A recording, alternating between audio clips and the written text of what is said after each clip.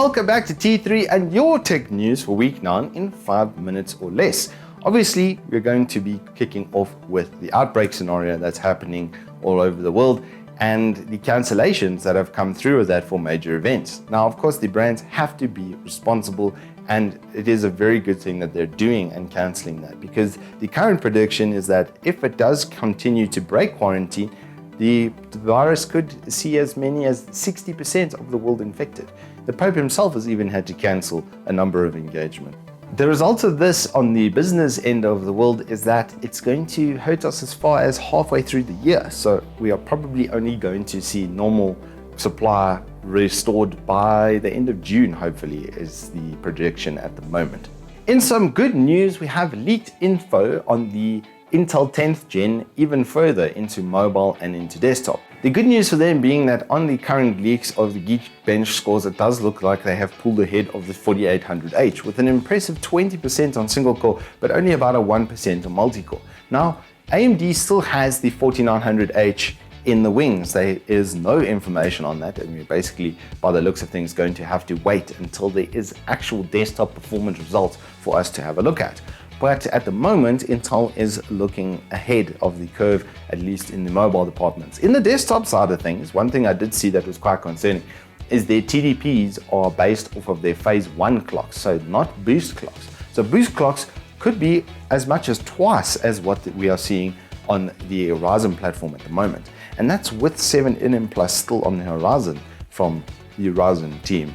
So are they rising up back on the streets? We'll see if they take their time and their chances. In Nvidia news, we have some more information leaked around their rather impressive spec cards. Now, the assumption is that these are Ampere cards, but I don't think so. Simply for the reason that there are 24 gigs and 48 gigs with a VRAM on these cards, and set up kind of in reverse. So the cores, the card that had more cores had 24 gig VRAM than the 48 gig VRAM card. So it does look like this is actually going to be more of a Quadro or Titan X kind of Ampere reveal, and Nvidia has done this before where they've released the Titan X, the top kind of cards first, and then filtered through to the bottom. So we're going to have to just sit and wait and see what those are, because there is also a possibility that the report function can't actually read the VRAM on those cards properly. But for now, what we can see is the core counts, and they are astronomically high, especially when compared to their 2080 Ti brethren. So I don't think it's realistic to assume that these are once again going to be desktop cards because of all that information that we have. And in other tech news, Raspberry Pi celebrates their 8th birthday with now 19 different variants of their device. I have actually used these quite extensively. They're great little devices, and I'm going to be setting up a Retro Pi and doing a build on that in the near future.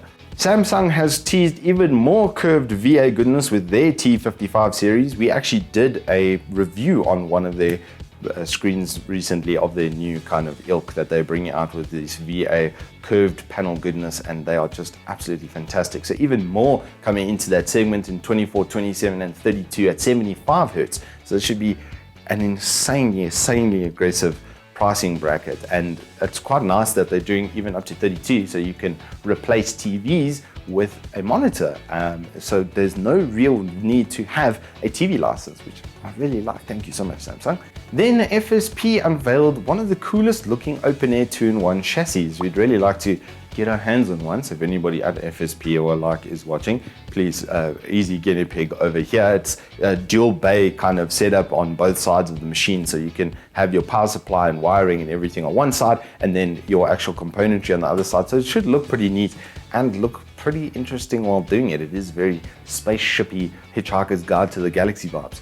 Lastly, for the gamers, we have finally got some gameplay footage about 2 days ago on Valorant, the new game from Riot. Riot being famous for the League of Legends game, which did very well, and it actually is a very good game. We just hope that the business setup behind the game and the tournaments that they hope to run are just a little bit better put together than they were for League of Legends.